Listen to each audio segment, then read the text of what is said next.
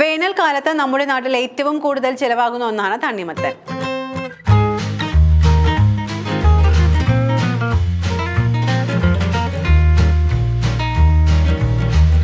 വേനലിൽ ദാഹവും കിതപ്പും ക്ഷീണവും ശമിപ്പിക്കുന്നതിനോടൊപ്പം തന്നെ ശരീരത്തിന് പോഷണം നൽകാനും തണ്ണിമത്തൻ ഉപകാരപ്രദമാണ്. എന്നാൽ വെറും ക്ഷീണവും ദാഹവും അകറ്റുക മാത്രമല്ല തണ്ണിമത്തൻ ചെയ്യുന്നത്. ധാരാളം വൈറ്റമിനുകളുടെയും മിനറലുകളുടെയും കലവറ കൂടിയാണ് തണ്ണിമത്തൻ. ധാരാളം പൊട്ടാഷ്യവും മഗ്നീഷ്യവും അടങ്ങിയ തണ്ണിമത്തൻ BP ഉൾപ്പെടെയുള്ള പല രോഗങ്ങൾക്കും സ്വാഭാവികമായ മരുന്നാണ്. വൈറ്റമിനുകളും മിനറലുകളുമുള്ള തണ്ണിമത്തൻ ത്വക്ക് രോഗങ്ങൾക്കുള്ള ഉത്തമമായ മരുന്നായും കണക്കാക്കപ്പെടുന്നു. മുടി തഴച്ചു വളരാൻ ദിവസവും 1 കപ്പ് തണ്ണിമത്തൻ കുടിക്കുന്നതും വളരെ ഗുണം ചെയ്യും.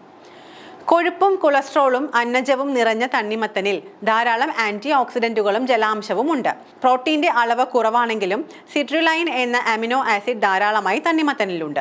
ഈ അമിനോ ആസിഡ് ശരീരത്തിൽ വെച്ച് അർജിനൈൻ എന്ന അമിനോ ആസിഡായി മാറുന്നു. ഈ അമിനോ ആസിഡ് രക്തക്കുഴലുകളെ മൃദുവാക്കുകയും രക്തസമ്മർദ്ദം കുറയ്ക്കുകയും ചെയ്യുന്നു. തിളക്കമുള്ള മുഖവും വടിവൊത്ത ശരീരവും ആഗ്രഹിക്കാത്തവർ വളരെ കുറവായിരിക്കും. അതിനുവേണ്ടി പല വഴികളും നമ്മൾ പരീക്ഷിച്ചിട്ടുമുണ്ടാകും. എന്നിട്ടും ഫലമൊന്നും ലഭിക്കുന്നില്ലെങ്കിൽ ഇനി പറയാൻ പോകുന്ന വഴി ഒന്ന് പരീക്ഷിച്ചു നോക്കൂ. ഇതിനായി പ്രത്യേകിച്ച് നിങ്ങൾ ഒന്നും ചെയ്യേണ്ടതില്ല. നിങ്ങളുടെ ഭക്ഷണത്തിൽ തണ്ണിമത്തൻ ഉൾപ്പെടുത്തിയാൽ മാത്രം മതി. തണ്ണിമത്തൻ ജ്യൂസ് ദിവസവും കഴിക്കുന്നത് ചർമ്മത്തിനും ആരോഗ്യത്തിനും ഗുണം ചെയ്യും. വൈറ്റമിനുകൾ, ധാതുക്കൾ, ലൈക്കോപ്പീൻ തുടങ്ങിയ ആന്റി ഓക്സിഡന്റുകൾ ധാരാളമായി ഇതിൽ അടങ്ങിയിട്ടുണ്ട്. തണ്ണിമത്തൻ ജ്യൂസ് തിളക്കമുള്ളതും മനോഹരവുമായ ചർമ്മത്തെ സംരക്ഷിക്കുന്നതിനോടൊപ്പം അൾട്രാ വയലറ്റ് രശ്മികളിൽ നിന്ന് ചർമ്മത്തെ സംരക്ഷിക്കുകയും ചെയ്യുന്നു. തണ്ണിമത്തൻ ജ്യൂസ് നിങ്ങളുടെ ശരീരത്തിലെ ജലാംശം നിലനിർത്താൻ സഹായിക്കുന്നു. കൂടാതെ ദഹനത്തിനും ഇത് സഹായിക്കുന്നുണ്ട്. ഇതിൽ കലോറിയുടെ അളവ് കുറവായതിനാൽ ശരീരഭാരം കുറയ്ക്കാനും സഹായകമാണ്. മുഖത്ത് പ്രായം തോന്നുന്നത് തടയാനും തണ്ണിമത്തൻ ജ്യൂസ് സഹായിക്കാറുണ്ട്. എല്ലാ ദിവസവും 1 കപ്പ് തണ്ണിമത്തൻ കഴിക്കുന്നത് മോശം കൊളസ്ട്രോൾ കുറയ്ക്കാൻ സഹായിക്കുമെന്നാണ് പഠനങ്ങൾ പറയുന്നത്. ഹൃദ്രോഗങ്ങൾക്കുള്ള സാധ്യത കുറയ്ക്കുകയും രക്തക്കുഴലുകളിൽ കൊഴുപ്പ് അടിഞ്ഞുകൂടുന്നത് തടയുകയും ചെയ്യുന്നു.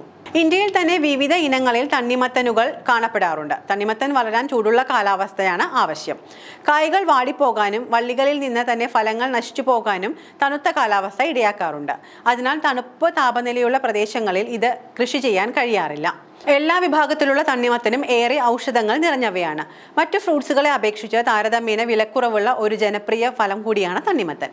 വീണ്ടും ഒന്ന് ഓർമ്മിപ്പിച്ചോട്ടെ, ഇത് പൊതുവായ ആരോഗ്യ കാര്യങ്ങൾ മാത്രമാണ്. ഏതെങ്കിലും തരത്തിലുള്ള ശാരീരിക ബുദ്ധിമുട്ട് നിങ്ങൾ അനുഭവിക്കുന്നുണ്ടെങ്കിൽ തീർച്ചയായും ഒരു ആരോഗ്യ വിദഗ്ധനെ കൺസൾട്ട് ചെയ്യേണ്ടതാണ്.